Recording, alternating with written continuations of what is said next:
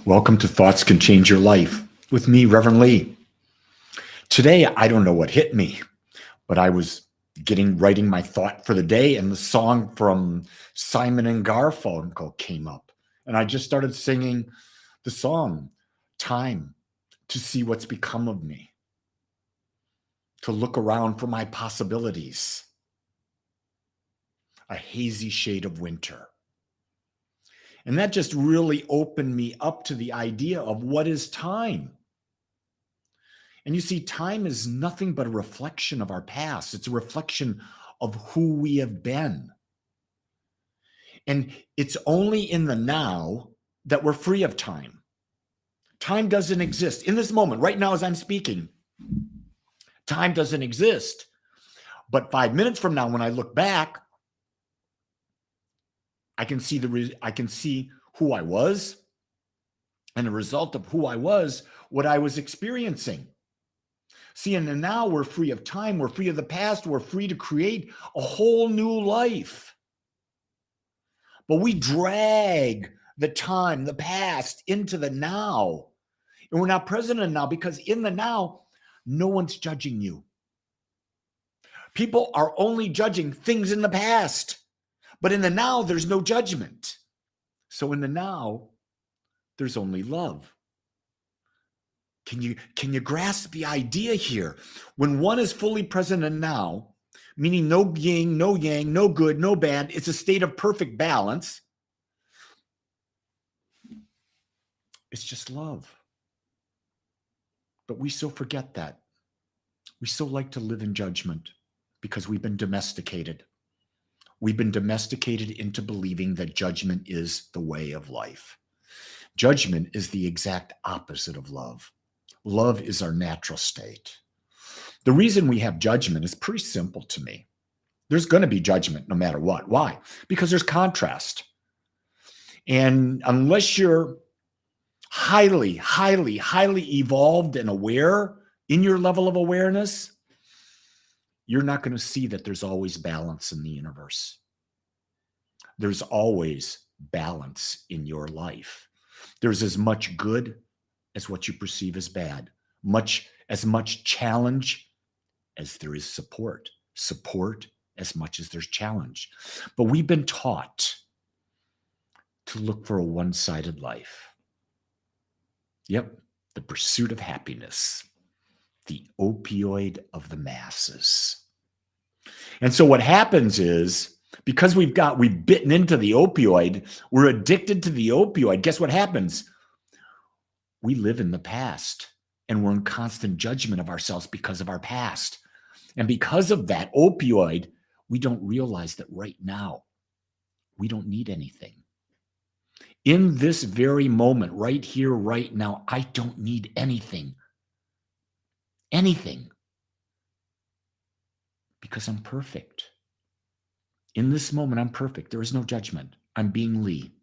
Whatever that Lee is, I'm being it right now. And you know what? Here's what I've discovered. I'm unique. I'm not special. I'm unique. Here's a key thing too. You're unique. And you're not special. You're unique. Whatever you choose to create will be uniquely you. Can you embrace what you're creating?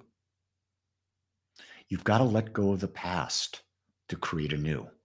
You have to have a willingness to do whatever it takes to let go, to be in the now. Because if there's not a willingness, you're not going to do the work. You're not going to let go. You're going to hold on to the past. This is who I am. Create a statue for me. But you may have a statue created for you. You may get awards, but will you really feel whole and complete inside? I don't know. I've gotten all that. And you know what? Minutes later, it's gone. Because the past cannot exist in the now. So in the now, you're comfortable with what is. That's how I see it. Be comfortable with what is, but don't settle. Know that what is can always be enhanced, can be made more. because you have a power in you that creates. How are you going to think today? What are you going to think? What are you going to believe is your possibility today?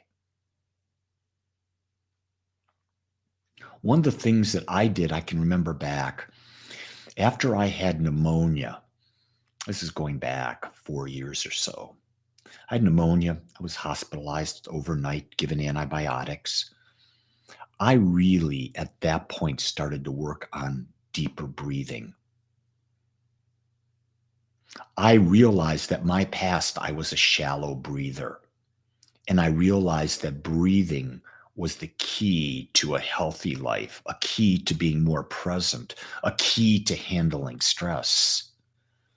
And so I started to pursue, what does it mean to deep breathe? And not only pursue, but I found, what is the practical way to start deep breathing? And that's when I found Wim Hof.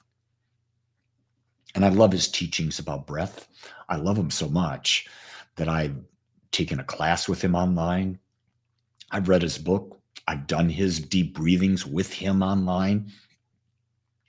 And now I'm at a point where I do it on my own every morning with my wife.